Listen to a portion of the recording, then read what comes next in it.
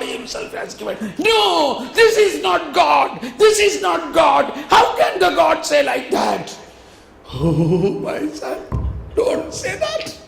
I am so familiar with his voice. I am so familiar with even his breath.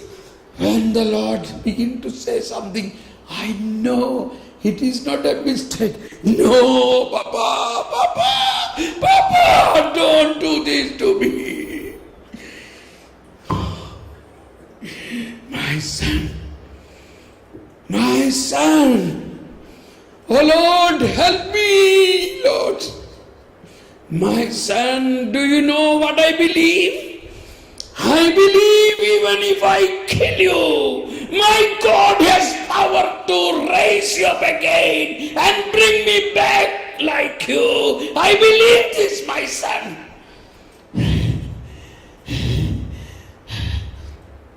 Really? God? Yes. I think. See, now the Holy Spirit is telling me something.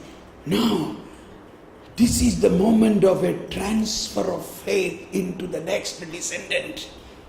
Praise the Lord.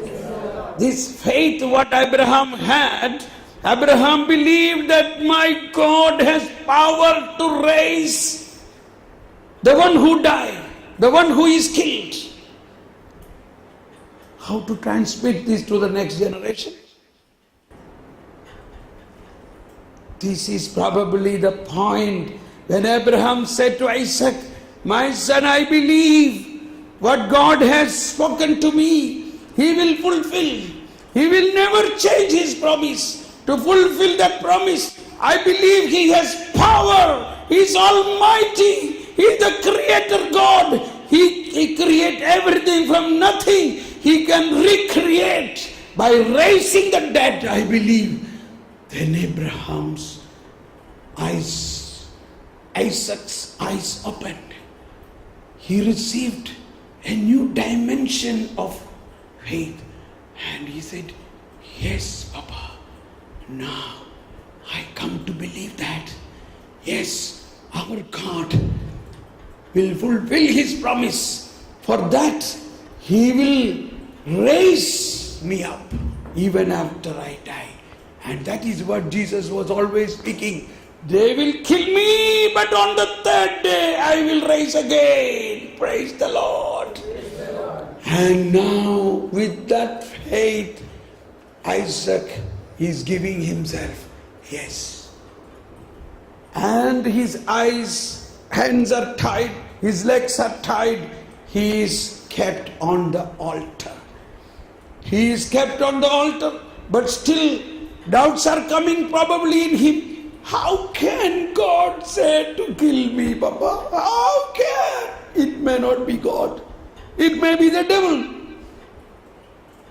who is a killer. No, my son, no, believe in me. And now Isaac is probably turning to God. Oh God, I believe in you, but what are you doing? Why are you killing me? You promised to my Papa that through me you will raise generations after generation, and why are you doing this to me? And that is why we say, God of Abraham, God of Isaac, and God of Jacob. God of Isaac is that God who intervened at the right moment, not 1 second late, not 1 second early. That is God of Isaac. God of Isaac is that beautiful moment. God of Isaac intervened at that moment. When Abraham put the knife at his neck, he heard a voice. The angel pulled his hands and said, Abraham, don't touch the child. God of Isaac, exact moment, intervened into a situation. He was waiting like the goldsmith looking into the gold in the furnace. He was waiting. Abraham! how much you love me. You did not hesitate to offer your own beloved Son as a burnt offering. Therefore I swear. Therefore I swear. This is the important point in the salvation mystery and the salvation history. A God who is swearing to a man. I swear that through your offspring all nations will be blessed. All nations will be saved. I swear. Now, so far we are thinking about God's promise. Now God has raised that promise to an irrevocable covenant, an irrevocable swearing. From here God cannot go back. God cannot go back. He has already sworn to Abraham. Praise the Lord. Now the faith has entered into the greatest point. This is the faith with which further development happens. This is the promise and the swearing through which God is dealing further. Everything happened afterwards is different. Let us close our eyes and thank God for this faith God has given to me. Believe that. Look at the rock from which you are hewn and the womb from which you were born. This is the faith God has given to the world. It is intact. Only you have to reveal, you have to receive one after another. How depth, what is the height and depth of this faith? Let us thank and praise God. Let us stand up and praise God. Thank you, Jesus. Praise. Just stand up and praise God. Thank you, Jesus. Praise you, Jesus. Free praise. Let us louder. Hallelujah. Hallelujah. Hallelujah. Hallelujah. Bless you, Jesus. Thank you, Jesus. Worship you, Jesus. Hallelujah, hallelujah, hallelujah, Shala halabala halabala halabala. Oh Lord, I thank you, I praise you, Lord. I thank you, Lord, I praise you, Lord. Praise you, praise you, praise you, praise you. Lord, increase my faith, Lord. Reveal to me the mysteries of faith.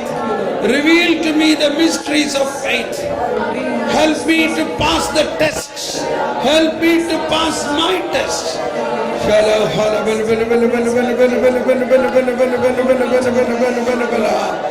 Shala halabala halabala halabala.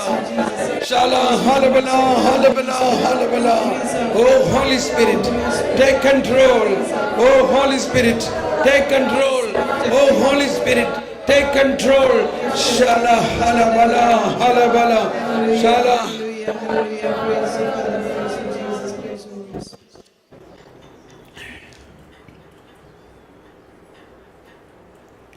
Please be seated.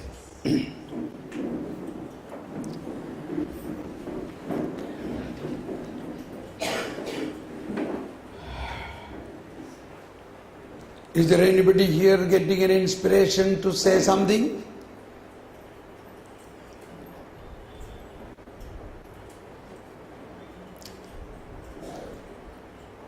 If anybody get an inspiration, please come. Sisters, fathers, preachers.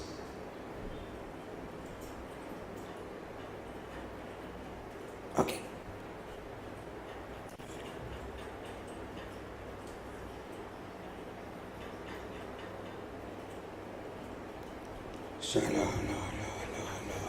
Holy Spirit.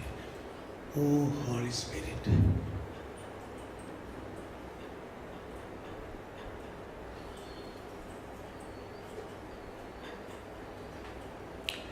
Hebrews chapter 6, words 17 to 19.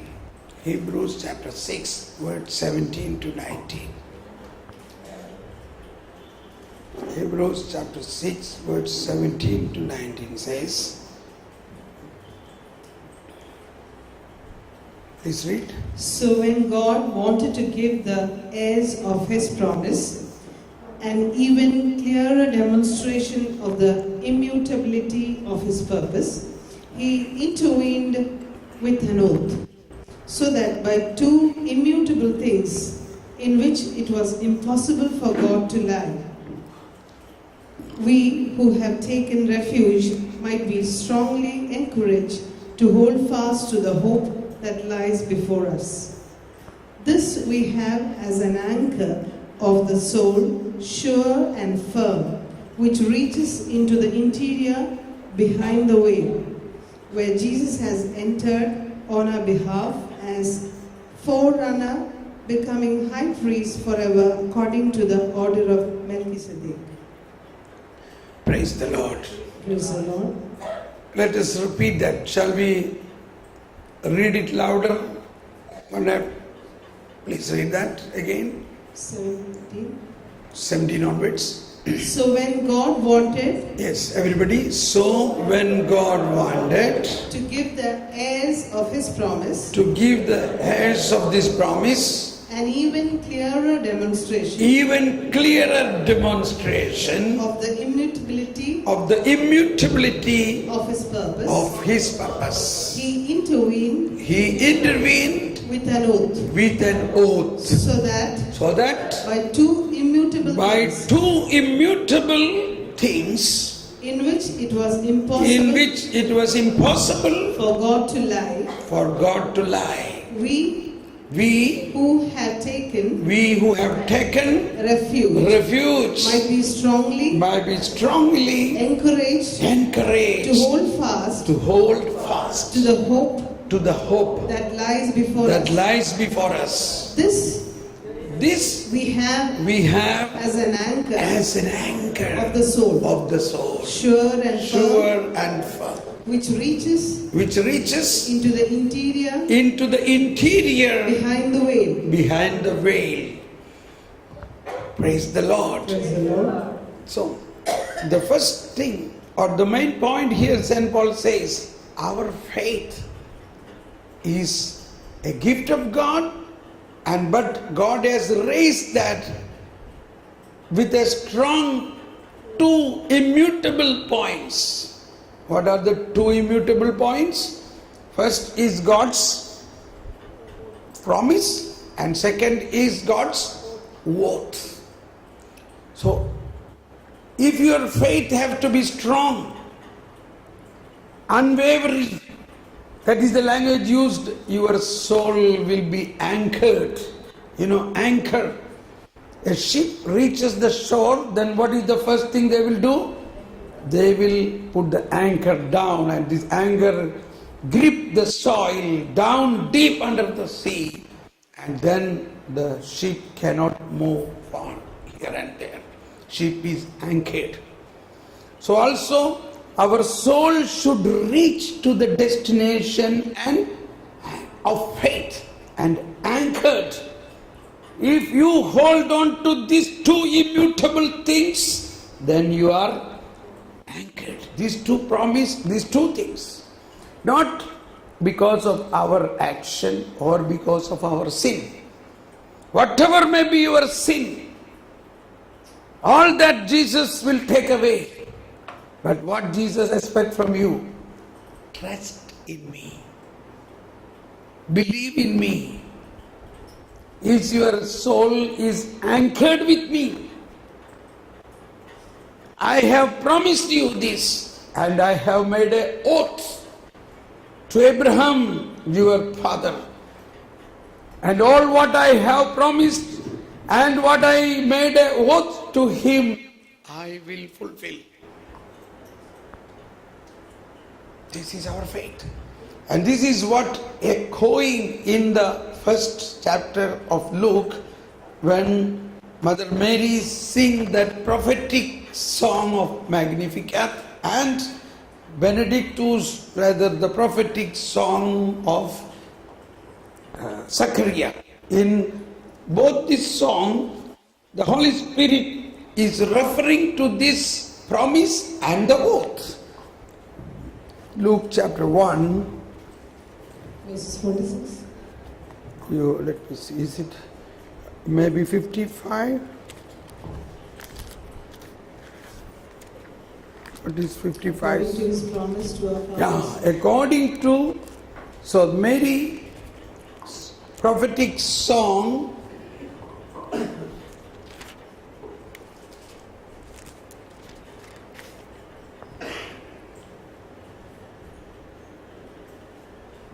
yes, 55.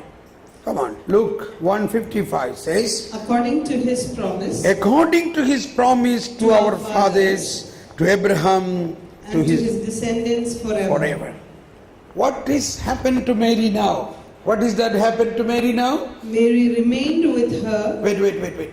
Mary is conceived through the power of the Holy Spirit. How all on a sudden Mary conceived through the power of Holy Spirit? It is not all on a sudden. This is to fulfill the promise God made to our father Abraham. Praise the Lord. To fulfill that promise. So this salvation plan, you see that history and mystery of the salvation plan. This must be in our heart through faith. All what God promised and God made a irrevocable oath, that is now God have to fulfill. Who has to fulfill? God has to fulfill. And He will do it. He is faithful in His promises. He is faithful in what He has planned. We have to only trust that. So Mother Mary believed all what God said will be fulfilled. And that is fulfilled in Mary, that a woman, a virgin is conceived through Holy Spirit. Not with a human act, not with the sperm of a man, but with God's power, almighty power. That almighty power, He worked in Mary for what? To fulfill according, 54 words. He has helped Israel, His servant, remembering His mercy, according to His promise to our fathers, to Abraham and to his descendants forever. Now the same thing is also echoed in the Canticle of Zechariah.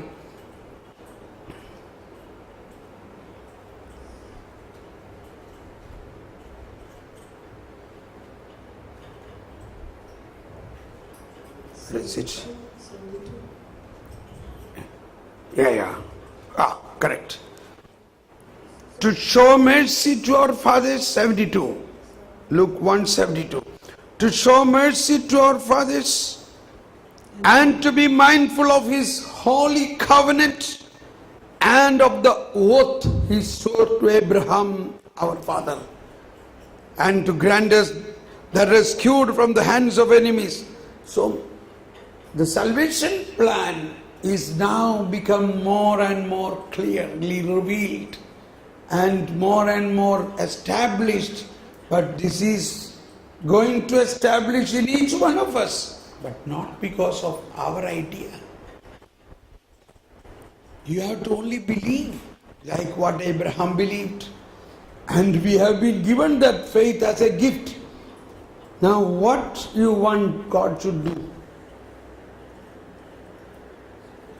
We have to only recognize like Mary. We have to only recognize like Zechariah. This is according to the promise and the oath. See, the both thing is referred here. And that is what St. Paul says. If you hold on to these two immutable things, praise the Lord. It is an instrument of faith. Faith is the conviction about the things not seen and the evidence about the things which are going to come. Evidence. The conviction about the things unseen and the evidence. Now this is an evidence for us to believe. What is the evidence? These two immutable things. The promise and the oath which God cannot take back. Believe that God cannot take back. God cannot take back His promise. And He made that as an oath that He can never take it back. That is why symbolically in some of the Old Testament kings, if they put their particular way a law and stamp, then they cannot revoke that. They cannot revoke that. That was happened in the case of Daniel. That the king, they made the king to sign such a law that he cannot revoke that. He cannot revoke that. It is irrevocable. So the covenant God has given to us is an irrevocable covenant. Suddenly I am remembering an incident. What happened in Austria? A woman came to me and said her husband left the church and become a Buddhist, and he is going away tomorrow to the Buddhist monastery. So I told her, in fact I know them. I know this man. He is a doctor in chemistry and a very knowledgeable person. So I had a freedom to talk to him. I said, you give my telephone number to him, ask him to talk to me. Oh no, he left the church. He has nothing to do with any of the Catholic people. He says, I have nothing to do. I left the church. I said, all right, but nevertheless, let me talk to him. But he don't like to talk. All right, you give him this telephone number and tell him Thomas Paul wants to talk. That's all you do. Okay, that much I will do, but I am not sure he will talk. That is all right. But on that night, he rang me up. I was praying for him. He rang me up and he said, are you Mr. Thomas Paul? I said, yes, I am. I don't want to talk to you, he said. So I said, oh doctor, you are already talking to me. No, I have nothing to do with Christ and Christians and nothing. All this stuff I closed. I am a Buddhist now. I said, doctor, it is not so easy. I am going tomorrow to Thailand. I said, that's why I want to talk to you today. Come on, tell me. I said, quickly I tell you, doctor, you are a baptized person. His name is no more now. His name is Dr. R. Lewis.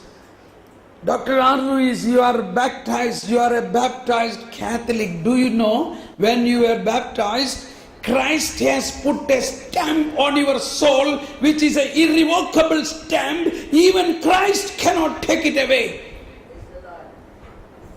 That's all I want to talk to you. Now you can go, but you are taking Christ into the Buddhist monastery. It is like a bomb inside you. Be careful, it may not burst there. Just, I have no time. He said he was so shocked. He said, what? A stamp in my soul? How dare somebody put a stamp in my soul? And irrevocable. I never knew this. Nobody told me. That's the point. Dr. R. Lewis, you are a doctor in chemistry. You are a professor in a college. Yet you are ignorant about this basic aspect of Christian faith, that in baptism a stamp, irrevocable, life-giving stamp possessing you, Christ possessing you, that is in you, and even Christ cannot take it away because it is irrevocable. And this is how the stamp which was put on the Israelite families when they were to pass over from Egypt from the slavery to victory, the Lord God told them, you all my people, all Israelites, today will be your Passover. Your Passover will be like this. All the Israelite families should slaughter to sacrifice a lamb, and the blood of the lamb must be stamped on the doorpost, and all those doors where the blood of the lamb is stamped, no destroying angel will enter, but the destroying angel will enter in the Egyptian houses where there is no stamp. Today will be your Passover. When the Lord pass over your streets, the destroying angel will not enter into those houses where the blood of the lamb is stamped. Praise the Lord. Now, after the salvation mystery is completed, it is not a lamb. It is the Lamb of God who has given His blood, and in baptism and confirmation and the Holy Eucharist, this blood of the Lamb is stamped on our soul. Which destroying angel, which devil can enter into this soul now? Praise the Lord. Do you believe this? Yes.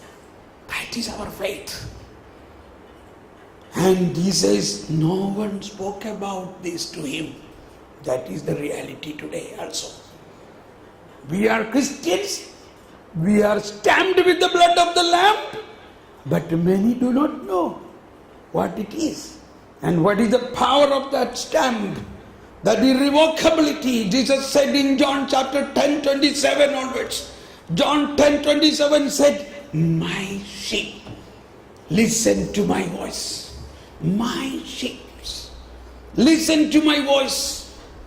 And no one can take them away from my hands. I give them eternal life. John chapter 10:27. Everybody. He said in reply, John 10:27. 10:27.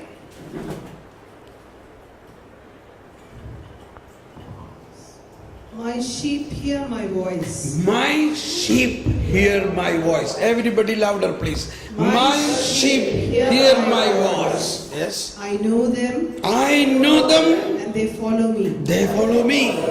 I give them eternal life. I give them eternal life. And they shall never perish. They shall never perish. No one can take them. No one can take them away from out of my hand. Out of my hand. Praise the Lord. Praise the Lord. Continue to read that passage. My Father, who has given them to me, is greater than all. Is greater than I. And no one can take them out of the Father's hand. The Father and I are one. Praise the Lord. Hallelujah. Hallelujah. See, irrevocability. He says, I know my sheep. What happens at night? Oh, you are worried about that. Thank you. Good that. I will continue surely. Now, when I said about this in detail, he said, Thomas, I have to go to Thailand now, tomorrow, but I will come back in 3 months' time. Then I want to know more about this. Okay, good. Call me. And after 3 months, as soon as he landed in the airport, before he go out of the airport, he called me. Thomas, this is I, Dr. Alois. You spoke about that stamp. I want to know more about that. Probably he had no sleep in the... He cannot. This is the real thing. Once you know that you have a stamp, you are a possession of Christ. That faith ignites. That faith is a fire. It is not because of us. It is the promise God made to Abraham. That's why Jesus went to the house of Zacchaeus, pulled him out. I must come to your house. Who will say to somebody, hey, come down, today I will come and eat with you. Will you say this to somebody? Whom will you say this? Without invitation, no protocol, no invitation, you say, I am coming to your house to eat. Can I say this to you? Normally not. But whom will somebody say this? Surely somebody will say to such close families, correct? You may tell to your brother, hey, I am going to come to there, I will eat with you. You understand? I have no problem to go to my brother's house. I say, hey, I am hungry, come on, give me food, we will eat together. Such closeness, that is the sign of that personal relationship Jesus was given by the Lord. He is my sheep. My sheep. I will not allow my sheep to go away from my fold. Okay. So then he spoke to me. I invited him for a retreat like this. So there was a retreat like this was going on those days. And he came, and 5 full days he attended that retreat.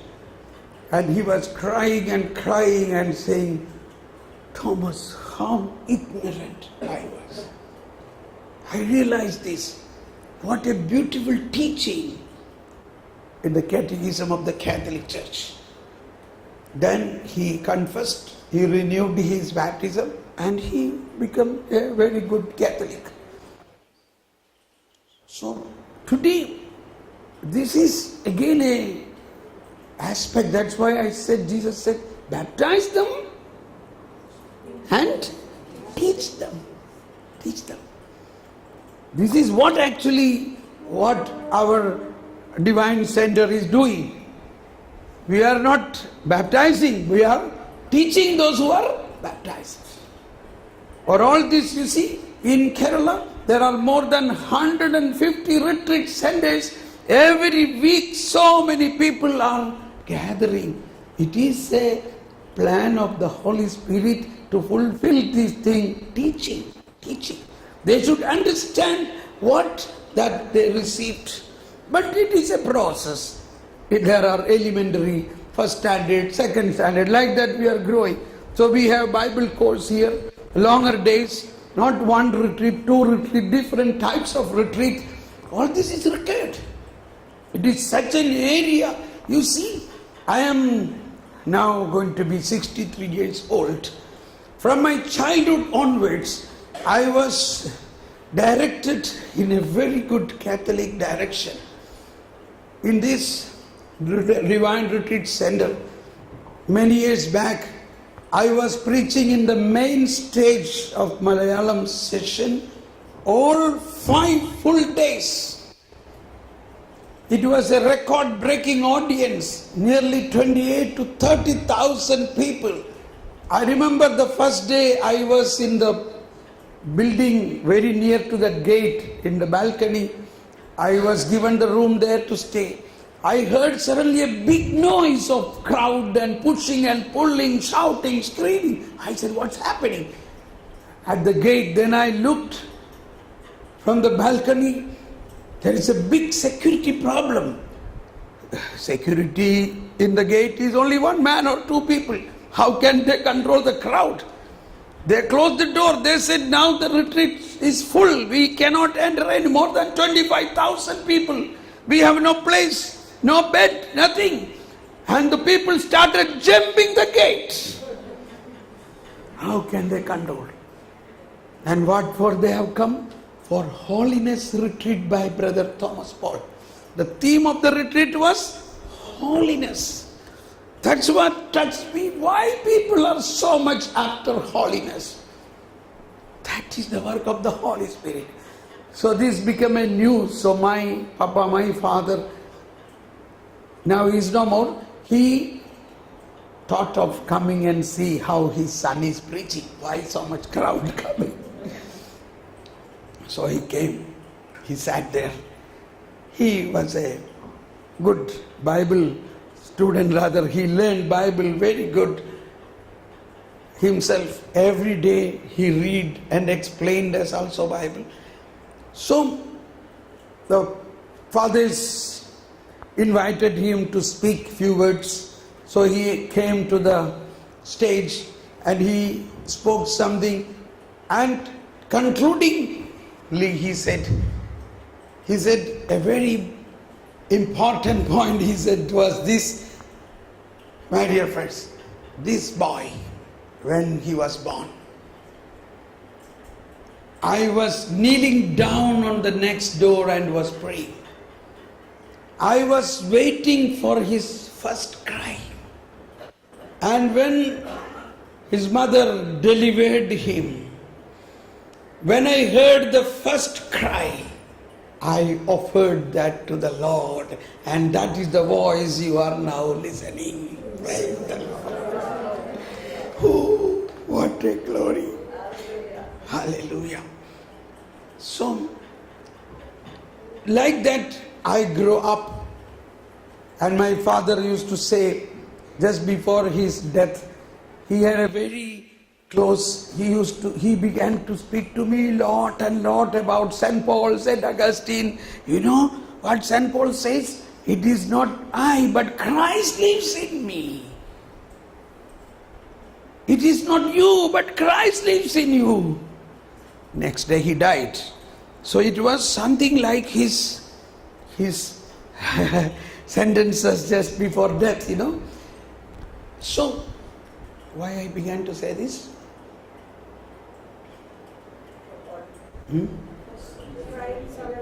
No, before that. No, okay. Not that. Something else.